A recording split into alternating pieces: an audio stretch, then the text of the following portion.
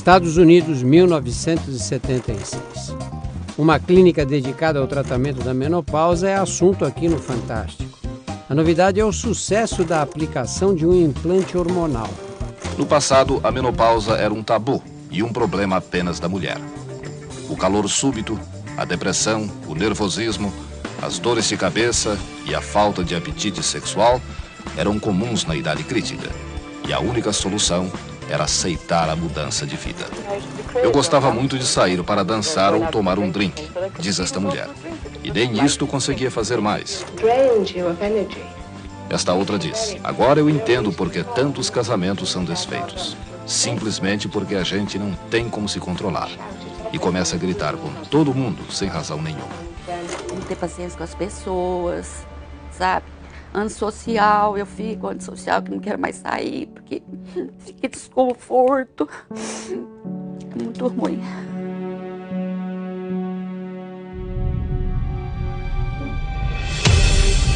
Brasil, 2016. 40 anos depois, uma multidão de mulheres ainda sofre com os efeitos da menopausa. É um assunto ainda cheio de mitos, cheio de medos, cheio de erros de interpretação. E tem muitas mulheres perdidas por aí que estão com os sintomas, com os famosos calores, com uma qualidade de vida péssima e que não sabem aonde se dirigir.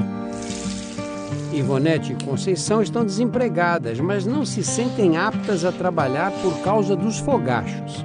Me incomoda quando eu estou almoçando, me incomoda quando eu estou tomando café, me incomoda quando eu estou dormindo, me incomoda no dia a dia. Em reuniões, assim, tu começa a transpirar e aquilo começa a escorrer, escorre, pinga, goteja.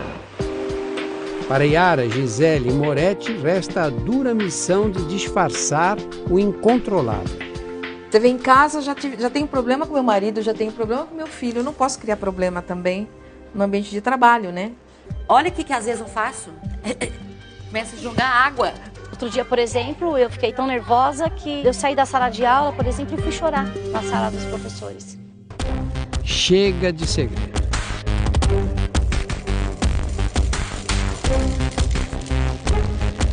Vamos falar sobre menopausa?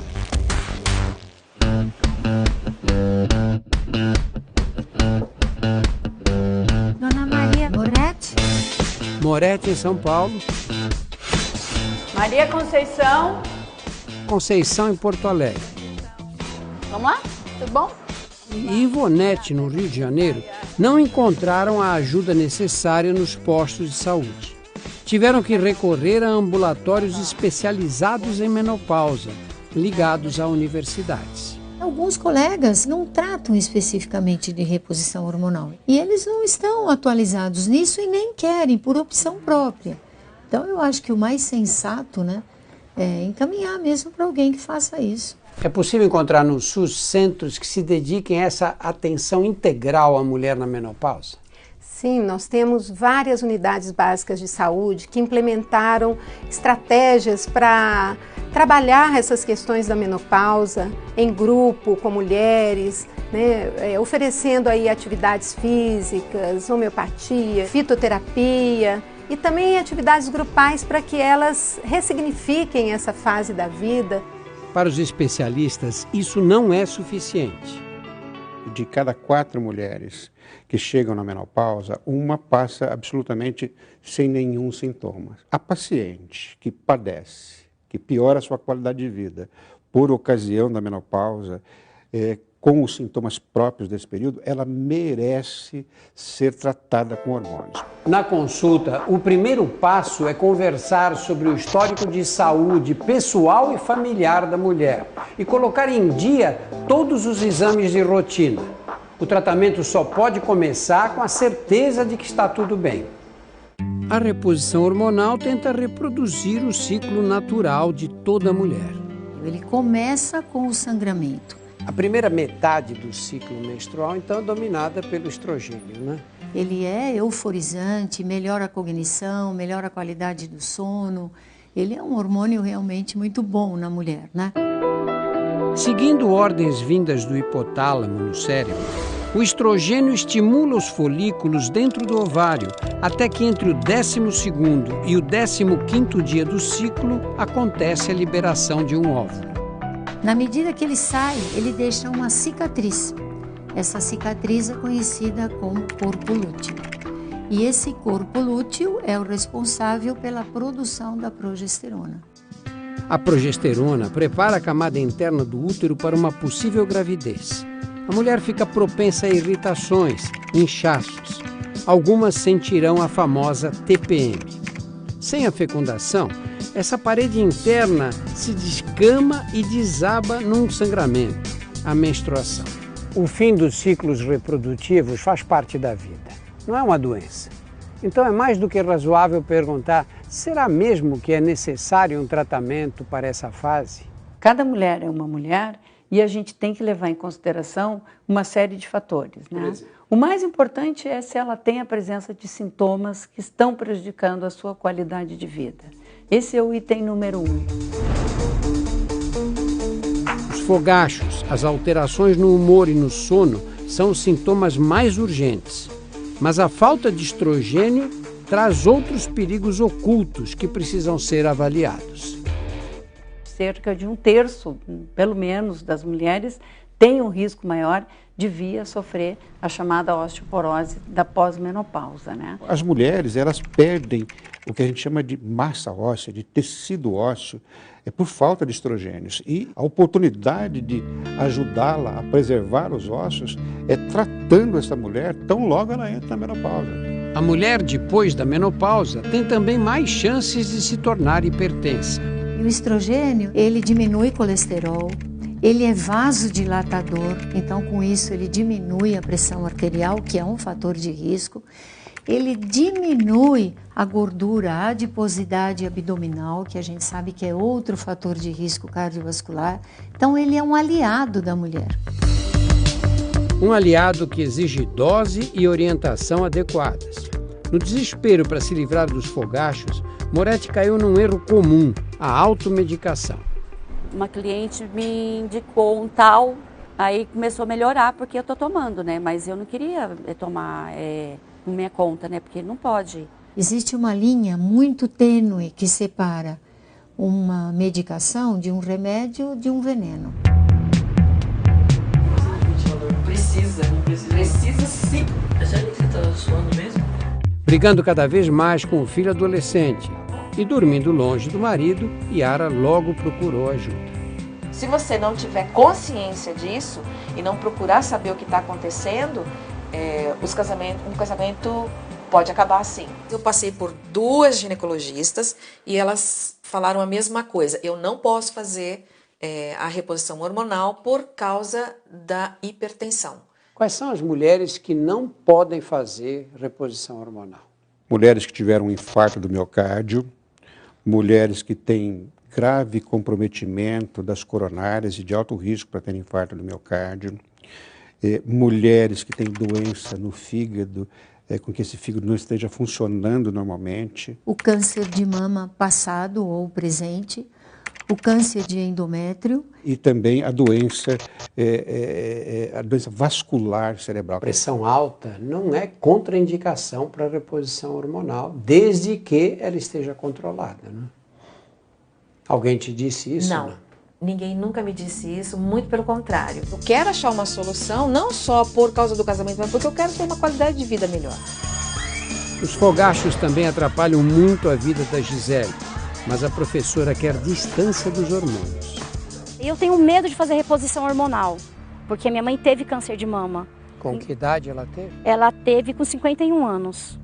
Ela entrou na menopausa com 45 e teve o câncer com 51 anos. Eunice, a mãe de Gisele, fez reposição hormonal por 5 anos. Na minha família não tem histórico de câncer. Eu tenho 6 irmãs, eu sou a mais nova das 6 e ninguém teve, ninguém teve, né? Será que apareceu o caroço para mim por causa da reposição hormonal? Medicina não é matemática. É preciso pôr na balança os riscos e os benefícios. Hoje sabemos que a reposição hormonal iniciada antes dos 60 anos não aumenta o risco de ataque cardíaco nem de derrame cerebral. Sabemos também que para cada 1000 mulheres que fazem reposição com estrogênio e progesterona durante 7 anos, haverá mais 17 casos de câncer de mama. Para as 983 restantes, o risco será igual ao de qualquer mulher da mesma idade. As mulheres têm muito medo de câncer, né? E elas acham que vão morrer por algum câncer. E, na verdade, o que vai matar as mulheres mesmo é doença cardiovascular. Então, vai ser o infarto ou vai ser o derrame. É exatamente o que apontam os dados mais recentes do Ministério da Saúde. Os problemas cardiovasculares respondem pelas 2 principais causas de morte entre mulheres com 50 anos ou mais. Representam quase 20% do total de óbitos. O câncer de mama aparece em 7º lugar, com 2,4% das mortes. Boa parte da resistência à reposição hormonal vem de um grande estudo internacional publicado em 2002. Nele foram acompanhados 2 grupos de mulheres. Um fazia reposição, o outro não. Muito antes do previsto, o estudo teve que ser interrompido. Apareceram mais casos de câncer de mama nas que tomaram os hormônios estrogênio e progesterona combinados. Pânico no mundo inteiro. A tendência dos médicos foi suspender o tratamento. Só mais tarde é que entendemos melhor o que havia acontecido. Os estudos pegavam uma população de mulheres idosas, mulheres que a faixa etária média era de 63 anos. Uma idade em que você não começa uma reposição. Você pode mantê-la, mas não começa. Esse temor, né? Esse terrorismo, eu diria, se implantou naquela época sobre a terapêutica de reposição hormonal e há rescaldos até os dias atuais. Até hoje, muitos médicos têm medo. A pesquisa serviu de alerta para adotarmos medidas preventivas importantes. As doses empregadas devem ser as menores possíveis. A duração do tratamento varia de um caso para outro.